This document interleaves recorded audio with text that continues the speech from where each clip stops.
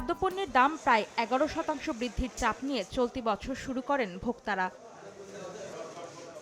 উৎপাদন ও চাহিদা যোগানে কোনো সংকট না থাকলেও জানুয়ারিতেই বাড়ে চালের দাম, মার্চে হয় আরও ঊর্ধ্বমুখী। মের মাঝামাঝি কিছুটা কমলেও আবারও চড়ে বসে জুলাই মাসে। অক্টোবরে কিছুটা কমে উচ্চ মূল্যে স্থিতিশীল রয়েছে চালের বাজার। মার্চে মসুর ডালের দাম কেজিতে 25 টাকা পর্যন্ত কমতিতে স্বস্তি মিললেও বছর শুরুতে 130 টাকা কেজি দরের পণ্যটি শেষ মাসে কিনতে রাজধানীবাসীকে গুনতে হয়েছে 170 টাকা। অস্থিতিশীলতা না দেখালেও ঊর্ধ্বমুখী প্রবণতায় বছর শেষ করতে যাচ্ছে আটা।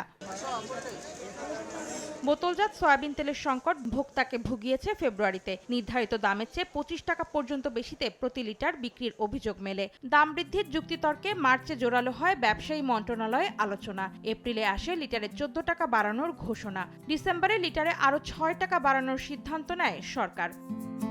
তবে বছর জুড়েই ভোক্তাকে স্বস্তির খবর দিয়েছে চিনি। রমজানে 115 থেকে 120 টাকা কেজি দরে বিক্রি হওয়া পণ্যটি বছরের শেষ মাসে নেমেছে 100 টাকায়।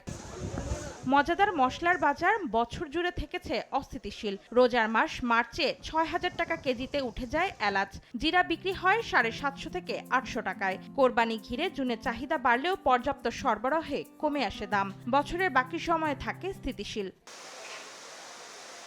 স্বাভাবিক চাহিদা যোগানে বছর শুরু করলেও এপ্রিলে এসে সরবরাহ সংকটে পড়ে পেঁয়াজ।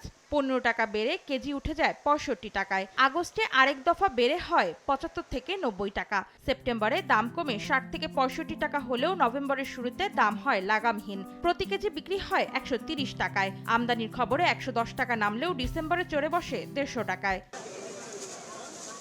বছরের মাঝামাঝি হঠাৎ দাম বৃদ্ধির জোয়ারে গা ভাসায় কাঁচামরিচ। জুলাইয়ে বিক্রি হয় 350 টাকা কেজি দরে, আগস্টে থাকে 400-তে।